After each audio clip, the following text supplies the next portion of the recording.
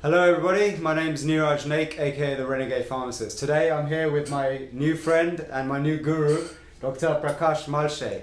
Namaste. And we're in India, in Haridwar, a very auspicious place in India. And we're going to be discussing yoga and going deep on yoga and pranayama and a medical perspective on it. So I've been searching far and wide, trying to find people who believe in the same beliefs that I have about yoga and the way yoga should be practiced. And Dr. Prakash Malshe has written an amazing book, and we're going to be discussing that book. He's going to share a lot of his wealth of knowledge from that in this interview. So firstly, I want to ask you, Doctor, could you tell me a little bit about your background, how you got into yoga, and you being a doctor? It would be really interesting. Sure. In fact, I came to the medical line much later in life, but I was fascinated about yoga since my childhood. When I was about 10-year old, I had read a book which was authored by none other than a very renowned yoga person, a yoga teacher. His name was Shripad Damodar Satavalekar.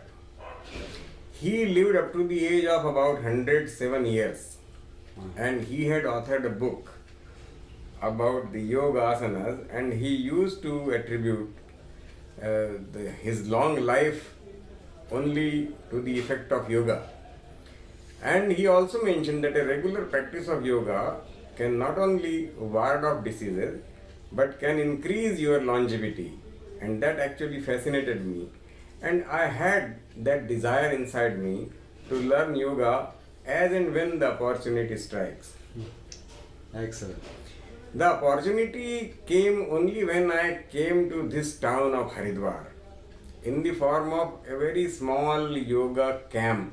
We call it Shivir, and it lasts about 10 days, in which I had the opportunity to learn yoga firsthand from Swami Adhyatmanand. Swami Adhyatmanand at that time was living in Rishikesh, Shivananda Ashram Rishikesh.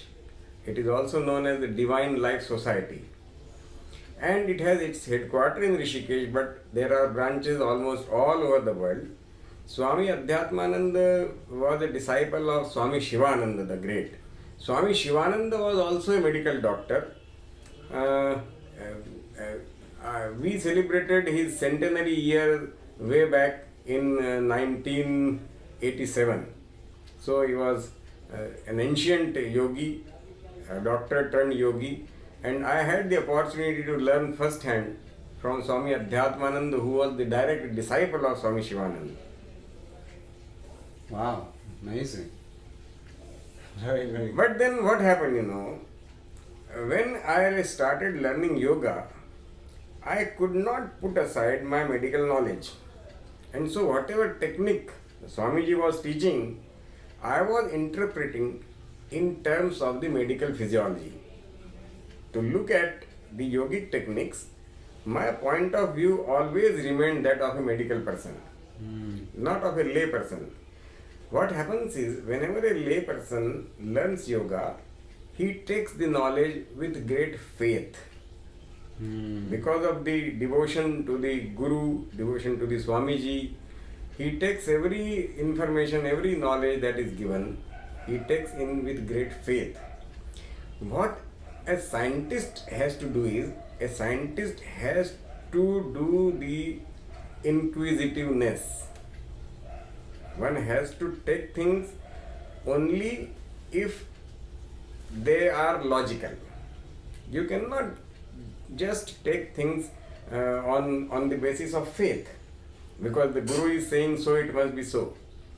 So what was happening was, when he used to teach, breathe closing your right nostril, then close the left nostril, then exhale through the right nostril, immediately a medical person thinks, what difference is it going to make if I breathe through the right nostril or the left nostril? Because anatomically, both the nostrils connect in the nasopharynx. Inside they are one, only outside they are two. But if you give it a deeper thought, you know that even your right hand and your left hand, they are not the same. The things that you can do, if you are a right-handed one, you will brush your teeth with your right hand. You cannot brush with the left one. So, exactly similarly, what difference exists between your right hand and the left hand? Differences also exist in your right eye and the left eye, the right nostril and the left nostril, same way right foot and the left foot. If you want a greater detail, you can refer to medical literature, and Mel Robin has excellently summarized about the right-handedness and the left-handedness. You may please go through that. Mel Robin. Mel Robin. Okay.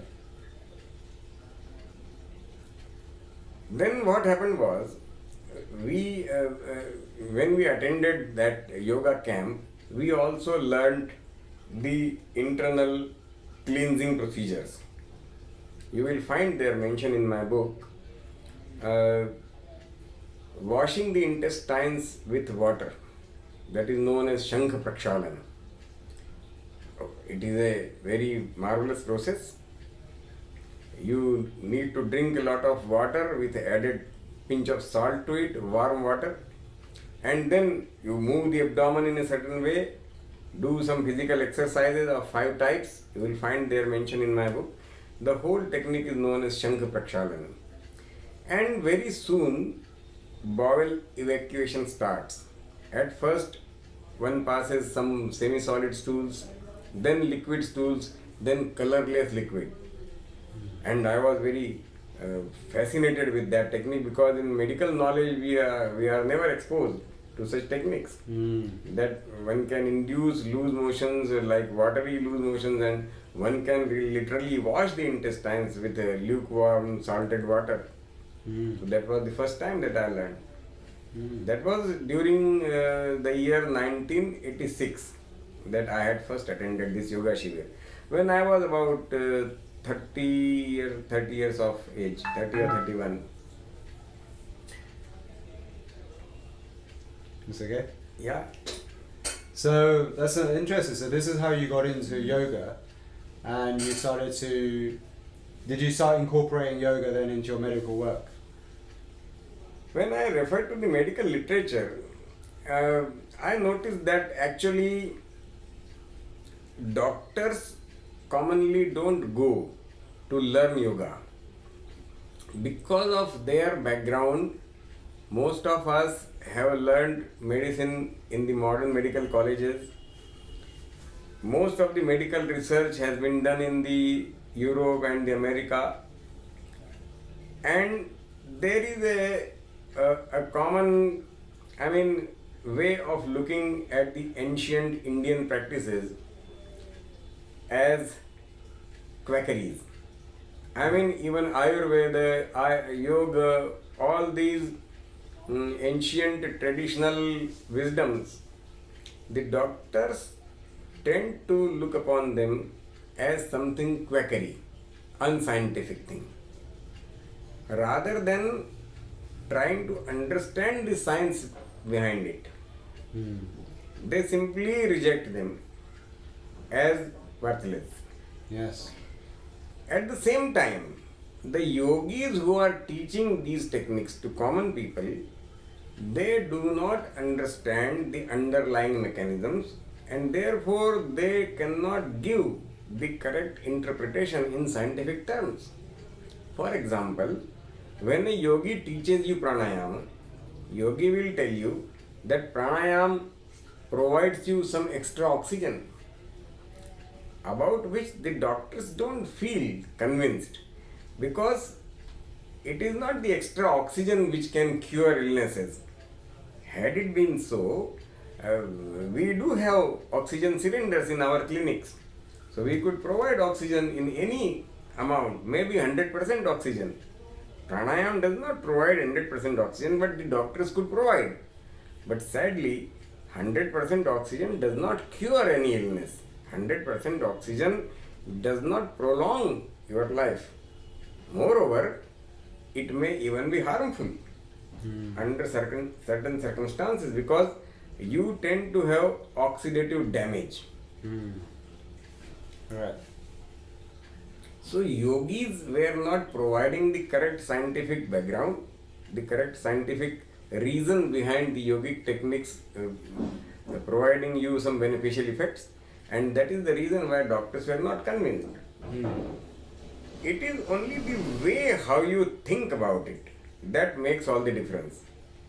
For example, when I started understanding the use of pulse oximeter, the pulse oximetry showed me that with the practice of pranayama, when you hold your breath and when you hold your breath beyond your comfort limit, then it really reduces your oxygen saturation. I mean, it brings the saturation lower, it produces a transient, brief hypoxia.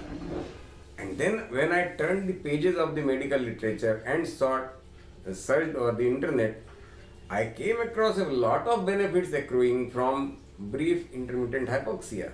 Indeed, a great amount of research has been done in the erstwhile USSR. What was USSR earlier? I mean, the Russia and the other countries, they had done a lot of research on brief intermittent hypoxia.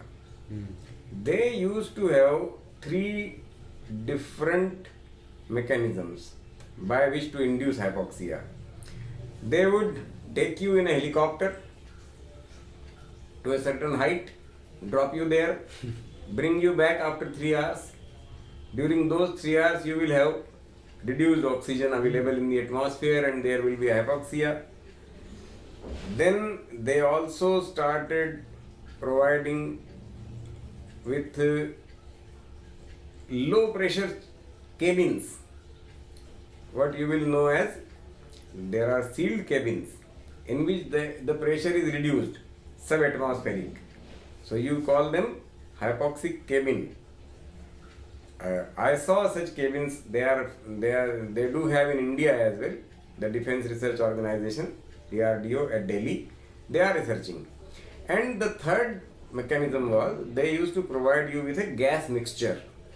Rather than 20% oxygen present in the air, they will give you 10% oxygen to inhale. And what they were observing, this hypoxia produces lot of beneficial changes in the human body.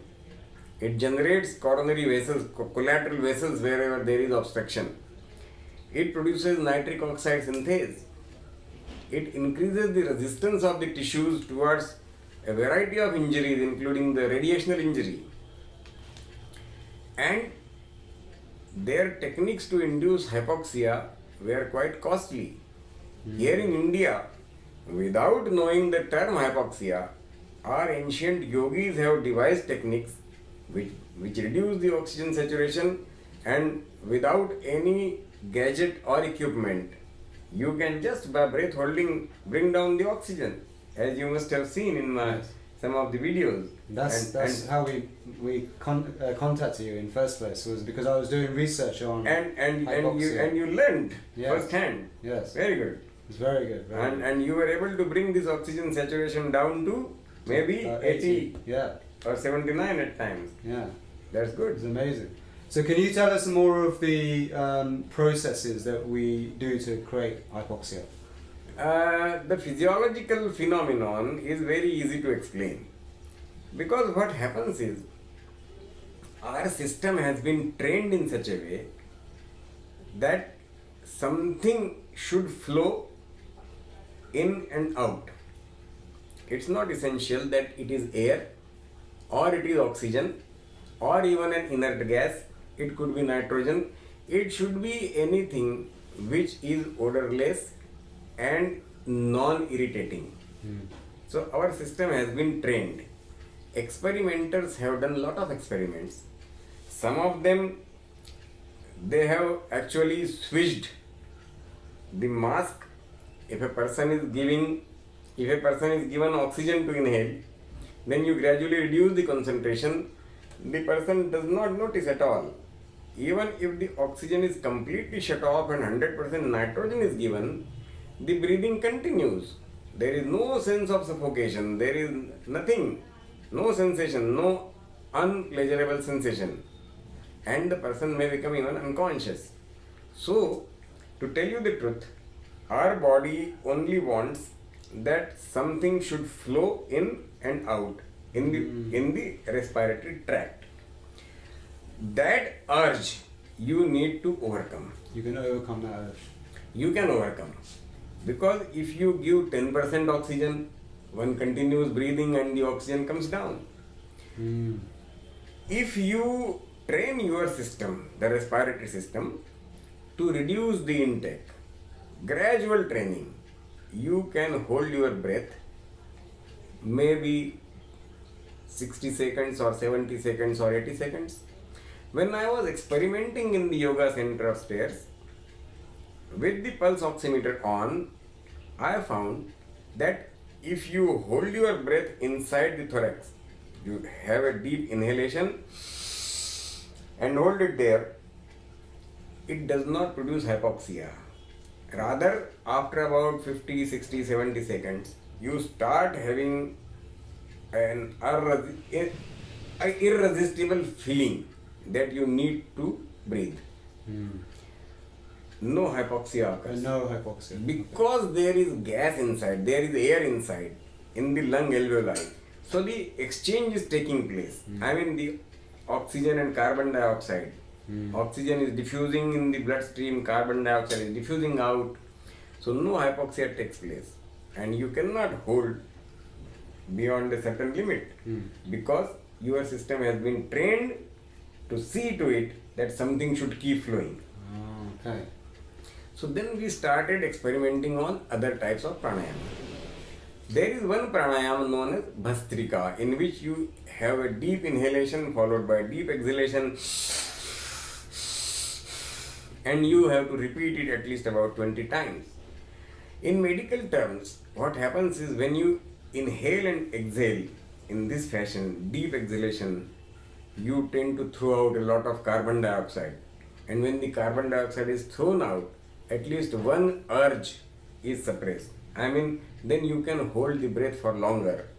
And then you have to hold the breath in full exhalation. I mean,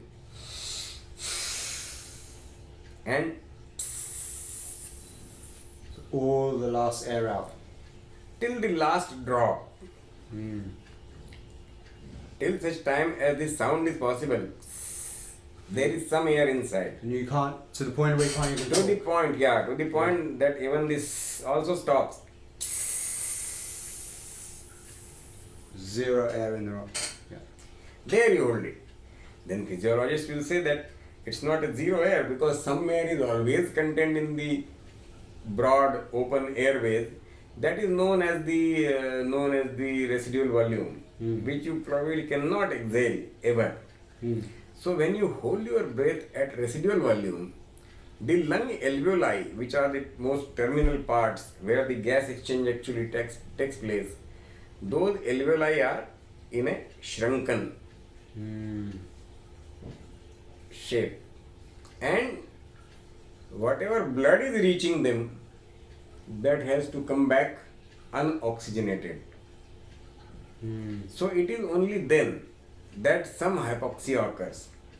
In other words, if you have to produce a brief intermittent hypoxia just by breath holding, you need to hold the breath in full exhalation, what in physiology we know as the residual volume. Minimum volume inside, hold the breath for the longest you can.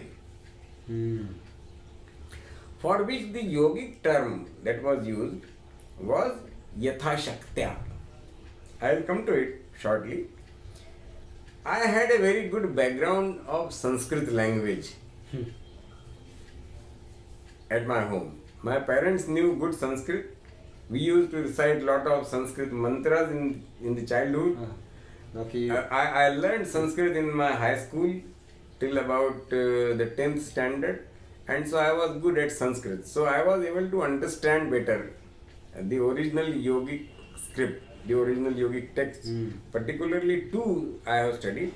One is known as the Gherand Samhita and the other is known as Hatha Pradipika. So when I was experimenting and I had discovered that it is only the full exhalation and holding for a longer time that produces brief hypoxia, then later on I found one mention in a yoga text. That mention was about Nishesh Rechak. And then I was fascinated to have a look at that. What is Nishesh Rechak? That term means Nishesh is nothing remaining. Rechaka is exhalation. So if you perform exhalation with nothing remaining inside, no air should remain inside, exhale fully and then hold it how long? Yatha Shaktya. This Yatha Shaktya word was not correctly interpreted because other people used to interpret it Yatha Shakti. They will say as long as possible. I interpret as longest possible. Longest. I mean, there is a difference. As long as possible, comfortably, into bracket. Yes. They are saying as long as possible, comfortably. No. I will say longest possible duration, even surpassing the comfort zone. Yes. You have to come out of comfort zone, then only you get the hypoxia. And we've seen that, we've demonstrated this when we were practicing. You have to exactly You have to go to the next level. Yes. And that, what does it do? That brief hypoxia that produces second level defense mechanism, that activates the second level defense mechanism in the body. Like a positive stress response. Lot of positive effects occur. Yeah. We now know, this is medical knowledge, that hypoxia stimulates nitric oxide synthase. This is an enzyme which will increase the production of nitric oxide. So hypoxia activates nitric oxide synthase enzyme and it increases your nitric oxide production. So there are a lot of beneficial effects. In prostate patients, it will relax the urethral sphincter in a better way. In patients of the coronary artery, it will dilate the coronary artery in a better way. Then, about the erectile function, nitric oxide is of crucial importance, and we have seen that a small dose of brief intermittent hypoxia every day, it increases the erectile function in a miraculous way. Wow. Where the medicines fail, where the psychotherapy fails, intermittent hypoxia is effective. And you've seen these results firsthand with your patients? Yes. Amazing. Definitely. Amazing. And what about, okay, carry on. About the heart. Yeah. This is Hypoxia also produces one more chemical which is known as the vascular endothelial growth factor. This is it. And it leads to formation of collateral channels. Amazing. Okay. Bypassing those blocks. We call them natural bypasses. So you recommend this for people who have... I recommend this intermittent hypoxia for all healthy people as well as all sick people. Right. Those who have coronary artery disease, those who have renal failure, those who have osteoarthritis of the knees, they will regenerate their cartilages. Wow. And you've seen this with your patients? Yes, of course. This is amazing. This is so fascinating. And you were also talking about EPO, erythropoietin. Intermittent hypoxia also increases EPO levels. That is the reason why those patients who have chronic renal failure and who require to take periodically erythropoietin injections, if they do this pranayama, they will not require. It has been studied in medical research that the failing kidneys also have a capacity to secrete erythropoietin. It is only that their relationship, I mean the level of hemoglobin and the level of erythropoietin, that relationship gets altered. And that is the reason why these chronic renal failure patients tend to have a slightly lower hemoglobin. If you expose them to hypoxia, they will have more erythropoietin and they will increase their hemoglobin without the need to take injections. Wow. Amazing. And the one that you mentioned that is really, really interesting to me, and because this is like a lot of science is now heading in this direction, is about stem cells. Yes, this is a very important thing to know, that although oxygen is very essential for us to live, for the millions of cells to live, at the same time, hypoxia is essential for the survival of stem cells. Stem cells do not tolerate the level of oxygen that is prevalent in our blood. That is why during embryonic life, when we have very, very low oxygen saturation in the blood, you know what? In the mother's womb, we get oxygen only as much is available at the Mount Everest. So very low concentrations are available when we are in the mother's womb. At that time, the stem cells circulate freely in the blood. Then what happens after birth? After birth, when we breathe the atmospheric air, the oxygen concentration suddenly goes up in the blood and the stem cells, they run away. They have to hide themselves in what we call as the niche, particular place in the bone marrow, where they stay surrounded by other cells. The oxygen is diffused from the outer side. The other cells consume the oxygen and the stem cell survives in the center. But they cannot circulate freely in the bloodstream. Wow. That is the reason why these days stem cell banking is very much a thing of current discussion. That's right. When a child is born, the newborn, we try to take a small sample of blood from the umbilical cord, and that cord blood is stored in deep freeze for future use. Although we are not sure what we are going to do of the stem cells, because to culture the stem cells, it is very difficult. And then again, culturing the stem cells requires very low oxygen concentration. Yes. While the atmospheric concentration is about 20%, stem cells survive and stem cells multiply in 2% oxygen. So now what is happening is, the stem cell researchers, they are trying to regenerate, say for example, they are trying to regenerate the coronary blood vessel or maybe the cartilage of the knee. So what they will do? They harvest the stem cells from the bone marrow from various sites, and then they inject those stem cells to the place where the repair has to be done. For example, in the knee. So my question is, why you need to take stem cells from here and inject somewhere else?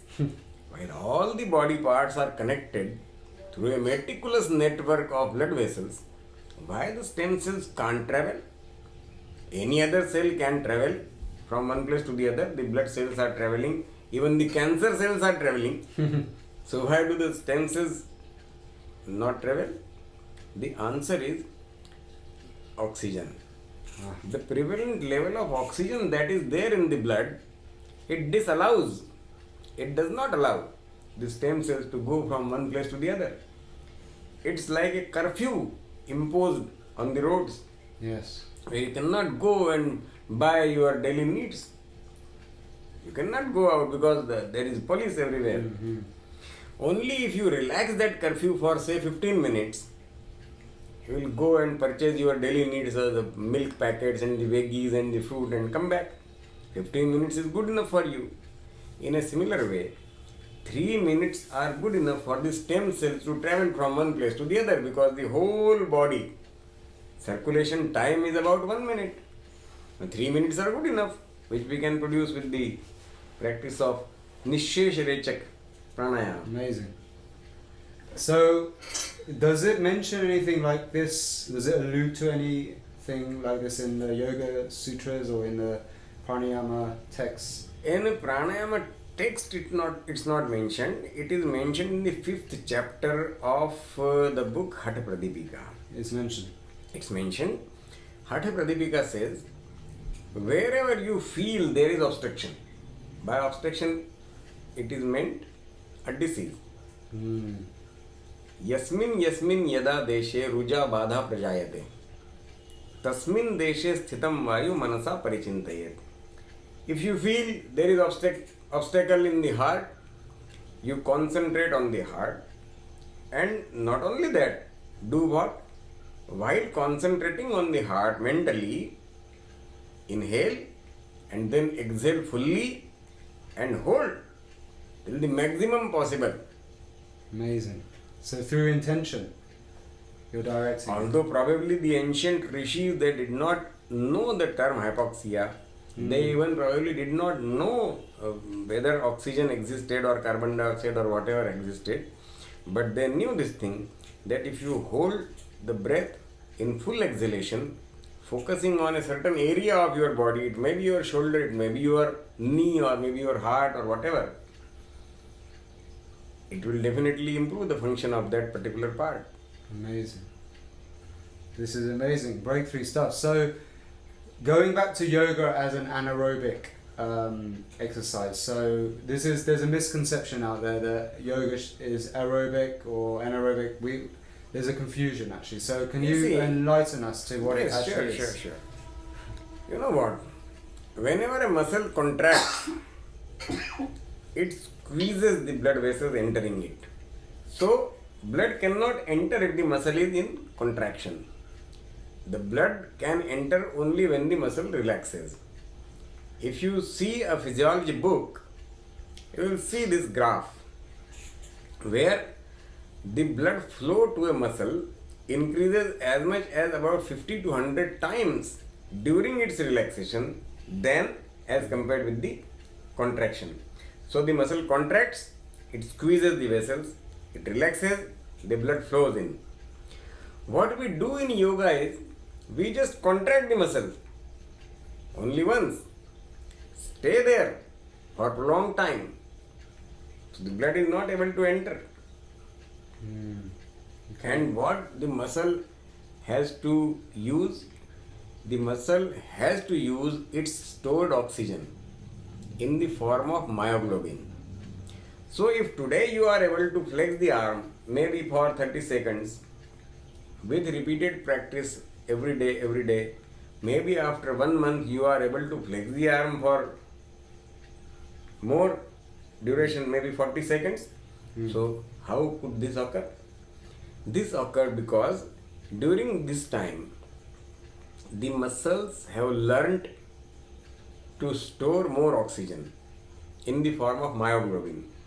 They may also store energy in the form of creatine phosphate. They may also store energy in the form of ATP, and all these three mechanisms could be working. One has to undertake research, one has to do the muscle biopsy before and after a 6-month training period for yoga and see for themselves what changes occur in the muscle. But one thing is sure, that a person doing it on the first day will definitely increase the time duration, the stamina, the capacity with persistent training. And to me, it seems that it takes place because of the increase in myoglobin, increase in creatine phosphate, and increase in the ATP concentration of the muscle. So basically you're training the muscle but under contraction to become fitter under lower oxygen. So Yes, it can sure. survive, it can operate under lower oxygen. We are training the muscles Yeah. to work without demanding more blood flow. Right. So it's more, they work more efficiently. And that's how yoga makes you fit. If a novice, an untrained person, climbs the stairs, immediately his breath will increase. Immediately his heart will start pumping more blood. That is because his muscles, when they become active, they demand more blood. When a yogi climbs upstairs, his heart rate does not increase that much, to that extent. His respiration does not increase.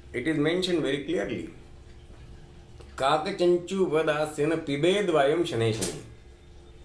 Making the mouth like a crow's beak, one should drink air gradually. I saw the interpretation of most of the yogacharyas in India. They try to make their mouth into a crow's beak shape, like this. Yeah. Any amount of effort will not shape your mouth like a crow's beak. So it has to do not more with the shape of the beak, it has to do more with the movement of the beak. If you observe a crow, in what fashion does it move the beak? You know, it moves forward and backward. The Yes. crow does it like this. Yeah. So way back sometime in the year about 1988, when I was trying to understand what Kaki Mudra is, Kakachanchu Vadasena Pibedvayam Shaneshani, so I was sitting in Vajrasana and I started moving my neck in this way. And suddenly a gush of air occurred. And the gush entered my food pipe and reached the stomach. And I started feeling a gurgling sound. At that time, I asked one of my assistants, I asked him to put this to apply the stethoscope and on this area of the stomach. And then I did this thing.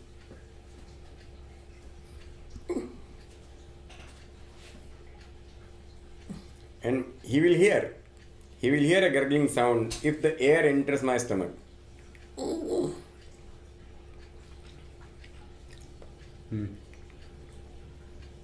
It produces a sound like grrr. So this is the technique of Kaki Mudra. You just move your neck forward and backward.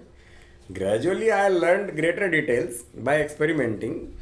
I also learned that if you rub the back part of the tongue to your throat and swallow those thick secretions, which is also mentioned in yoga text, it is known as Manduki Mudra. Keeping the mouth sealed, rub the posterior part of the tongue with the throat. Mukham sammudritam kritva jiva moolam prachalayet. Shanair graset tad amritam manduki mudrikam vidu.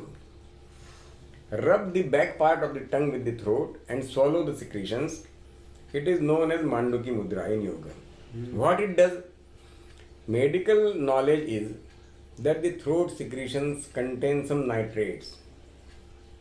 When those nitrates are swallowed, not only the secretions lubricate the food pipe, the nitrate also have a relaxing effect on the smooth muscles of the food pipe, and therefore the food pipe widens and becomes more ready to allow the air inside. In comparison with the other parts of the intestines, the food pipe does not show peristaltic movements all the time. It is only when you swallow, a wave of peristalsis moves down the food pipe. At other times, when it needs to suck air, it can dilate in its whole length. Suddenly, together, all the length of the food pipe, it dilates and allows the gush of air to enter into the stomach. This is the small sound that it produces. Chick sound, and the air goes in. We have studied it with the X-rays.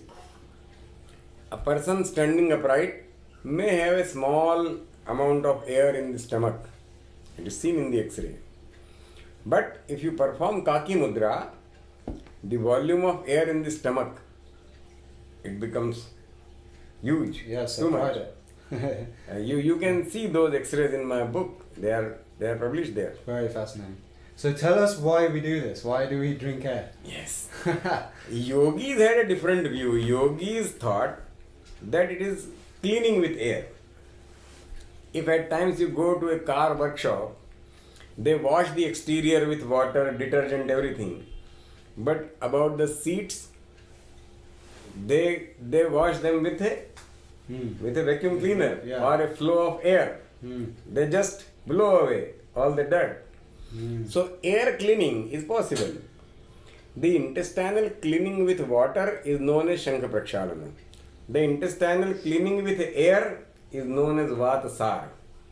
About the present Yogacharyas, nobody seems to be teaching this technique. I doubt even if they know it. But when I was reading the yoga text, it is clearly mentioned, Vatasaram Param Gopyam, it has to be kept as a secret. And it cleanses the intestines. Now applying medical knowledge to it, our gut contains lot of bacteria. Some of them are also anaerobic. Although most of the gut can have air traversing it. The appendix, the vermiform appendix, is a place which is a blind loop like thing where the air does not enter. So most of us who will be in a habit of drinking air and passing it down as flatus, they will have more of an aerobic population of bacteria in the gut. Particularly two of the organisms which produce disease in the human gut, they are the Helicobacter, full name is Helicobacter pylori, and also Entamoeba histolytica, the amoeba. While the Helicobacter pylori produces upper GI discomfort, peptic ulcers, acid peptic diseases, and in rare cases it also produces gastric cancer. Now we have a lot of antibiotics to kill the Helicobacter. We use amoxicillin, we use clarithromycin, we also use some prazols like omeprazole to suppress the acid, and then we eliminate the Helicobacter. A simple technique of drinking air may also eliminate the Helicobacter infection, and that is by just practicing and perfecting the Kaki Mudra. Amazing. Do this, the air rushes into the stomach, and then by inverting the posture, the air bubble is moved into the pyloric region. If you do it every day, Helicobacter has to die. Yeah, it dies. Killed. Amazing. That air, when it moves to the colon, it also inhibits the entamoeba, because entamoeba also are anaerobic organisms. So basically it kills the bad bacteria, but there's another thing you were saying, it could potentially bring in the good bacteria from the atmosphere. Not exactly. The bacteria are there. You see, if you eat curd, the curd has a fair amount of number of lactobacilli, which are good bacteria. Entry of air into the gut will facilitate the growth of aerobic bacteria. Aerobic bacteria are good. They do not produce foul smells. The foul smells are always produced by anaerobic bacteria. And therefore, it has been said about yogis that they do not emit foul odor. Oh wow. Yogis. Okay. Lagutvam arogyam alolupatvam varna prasadam swara saushtavam cha gandha shubho mutra purisha malpam yoga pravritti prathamam vadanti. The body becomes lighter. And you were saying that this could be the technique that talks about where the yogis don't need to eat much food, it can suppress appetite. Yes. Whenever I am on a fast, I am on a weekly fast on every Tuesday. And if in Tuesday and I am on a weekly fast, my stomach, you see, if it starts having hunger pangs, I suppress those hunger pangs simply by drinking air. The air goes in and the hunger pang is suppressed for some time. Then again, if it starts after an hour or two, again drink more air. If you spend some about 10 to 15 minutes for your breakfast, I spend those 10 to 15 minutes for drinking air. Then at lunchtime, if you spend about 20 minutes to take the lunch, I can spend those 20 minutes for drinking air. Same at dinner time. So you can ward off that unpleasant feeling of hunger pangs, the stomach is contracting and relaxing and you are not eating anything, so you can't stay hungry. I feel it also helps with the indigestion as well. It helps. And there is something more to it. Because if the two surfaces of the stomach, they come in contact and then they rub each other, probably in some way it may produce some injury or abrasion or even ulcer. If those two surfaces are separated by an air gap, there is no formation of erosion or ulcer. I have not studied this using an endoscope, although, but it may make an interesting study. This is what I have felt. I have experimented on myself as well as on other people. I feel it too when I do it, that it stops the kind of the acid feeling. Yeah, acid feeling. Because if you remain hungry, your stomach secretes acid as usual. But if you are in a habit of observing a fast at a periodically at a duration of 1 week, then your stomach also learns that on this particular day it has to produce no acid. Moreover, if you drink air, any unpleasant feeling that was occurring in the stomach, it goes away. So you can satisfy the hunger to some extent, what we call as the satiety. Satieties are of two kinds. Mechanical satiety, there are very old experiments dating back to somewhere 1905, done by a scientist known as Cannon. He used to insert a balloon in a dog's stomach and then inflate it using such a kind of balloon, inflate it from outside. So the balloon inflates the stomach and the dog feels satiated, does not eat. Wow. So we don't need to insert balloon, we can only drink air. Air could be drunk using many more methods. If you make gurgling sounds while drinking water,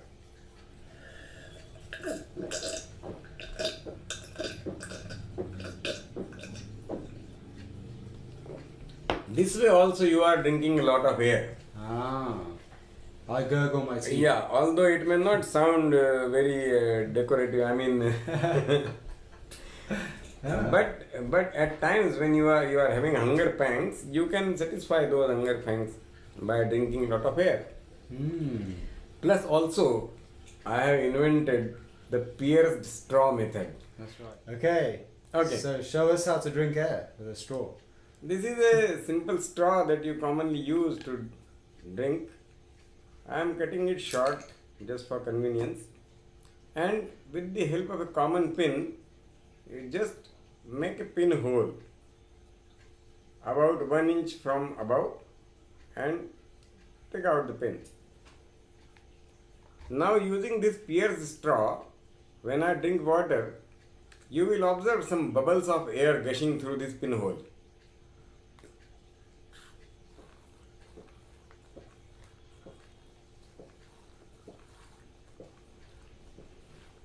So this has been a really fascinating insight into a medical perspective of yoga and pranayama, and this gives you both sides of the story, the scientific understanding of why these techniques work, and also the more esoteric side as well.